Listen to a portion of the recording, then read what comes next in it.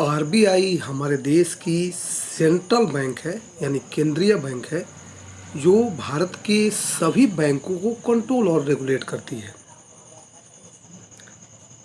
यानी भारत में जितनी भी बैंक है, सभी की कंट्रोलिंग अथॉरिटी आरबीआई है। नेक्स्ट पॉइंट है आरबीआई की इस्टेब्लिशमेंट, यानी आरबीआई की स्थापना आरबीआई एक्ट 1934 के द्वारा अप्रैल 1, 1935 को की गई। बैंकिंग के एग्ज़ाम्स में या अन्य कॉम्पिटिटिव एग्ज़ाम्स में यह प्रश्न आता है कि आरबीआई के प्रोमोटर कौन हैं। तो आरबीआई के प्रोमोटर, थर्ड पॉइंट है, आरबीआई के प्रोमोटर हिल्टन यंग हैं।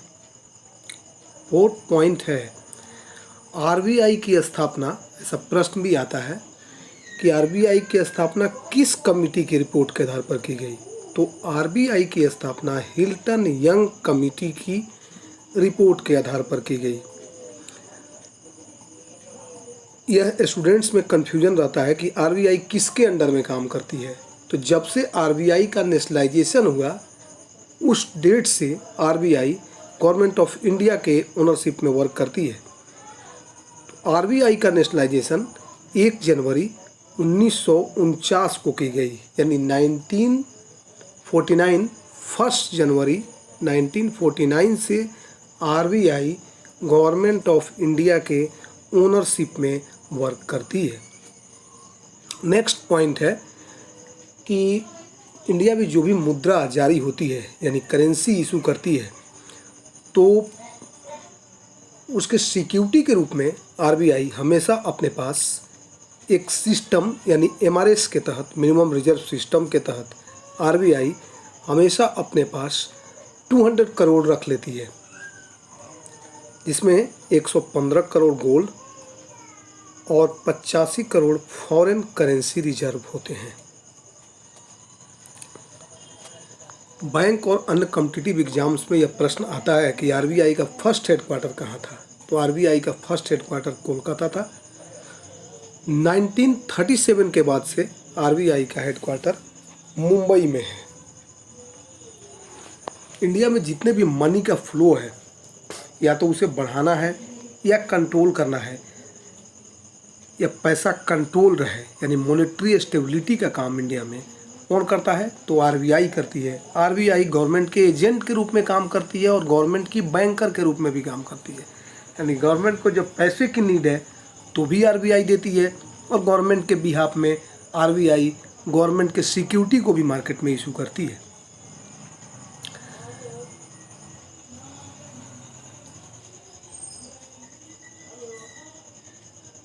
यह प्रश्न भी हमेशा आता है बैंक और अन्य कॉम्पिटिटिव एग्जाम्स में कि इंडिया में बैंक नोट कौन इशू करता है। तो बैंक नोट हमेशा इंडिया में आरबीआई इशू करती है। यानी इंडिया में 2 रुपये और उससे ऊपर के सभी नोट आरबीआई इशू करती है, जिस पर सिग्नेचर आरबीआई के गवर्नर का होता है। नेक्स्ट पॉइंट है, अभी आरबीआई के गवर्नर वर्तमान में श्री शक्तिकांत दास हैं। वहीं अगर 1 रुपये के नोट की बात करें, नेक्स्ट पॉइंट में दिख रहा है, तो भारत में 1 रुपये का note ministry of finance government of India के द्वारा इशू किया जाता है, जिस पर सिग्नेचर फाइनेंस सेक्रेटरी का होता है, वित्त सचिव का हस्ताक्षर होता है। नेक्स्ट पॉइंट, अजय भूषण पांडे अभी भारत के फाइनेंस सेक्रेटरी हैं। बैंक के एग्जाम्स में हमेशा यह प्रश्न आता है कि इंडिया में आरबीआई के कितने लोकेशन पे ऑफिसेज हैं। तो अभी इंडिया में आरबीआई के 31 लोकेशन पे ऑफिसेज हैं। एक प्रश्न यह भी आता है कि आरबीआई में सबसे हाईएस्ट पोस्ट कौन सा है। तो आरबीआई में सबसे हाईएस्ट पोस्ट आरबीआई के गवर्नर का नहीं, बल्कि सेंट्रल बोर्ड ऑफ डायरेक्टर्स का होता है।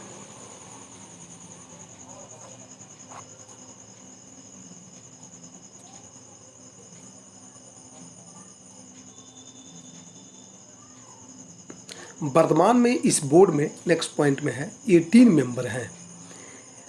लेकिन इस बोर्ड को जो भी निर्णय लेना होता है, डिसीजन लेना होता है, जैसे सीआरआर कितना होगा, एसएलआर कितना होता, बैंक रेट कितना होगा, या अन्य रेट के बारे में, तो इसके बारे में इसके एग्जीक्यूटिव हेड का काम आरबीआई के गवर्नर करते हैं। नेक्स्ट पॉइंट बहुत इंपॉर्टेंट है, आरबीआई का फाइनेंशियल ईयर सबसे पहले जुलाई से जून होता था, 1 जुलाई से 30 जून, जो अभी चल भी रहा है। लेकिन 1 अप्रैल 2021 से यह अप्रैल टू मार्च होगा, यानी 1 अप्रैल से 31 मार्च का होगा। नेक्स्ट पॉइंट, यानी वर्तमान में आरबीआई का फाइनेंशियल ईयर जो 30 जून 2020 को समाप्त होगा, इसके बाद 1 जुलाई 2020 से 9 महीने का फाइनेंशियल ईयर होगा जो 31 मार्च 2021 को समाप्त होगा। इसके पश्चात आरबीआई का फाइनेंशियल ईयर अप्रैल से मार्च हो जाएगा, यानी 1 अप्रैल 2021 से अप्रैल से मार्च का फाइनेंशियल ईयर आरबीआई का होगा।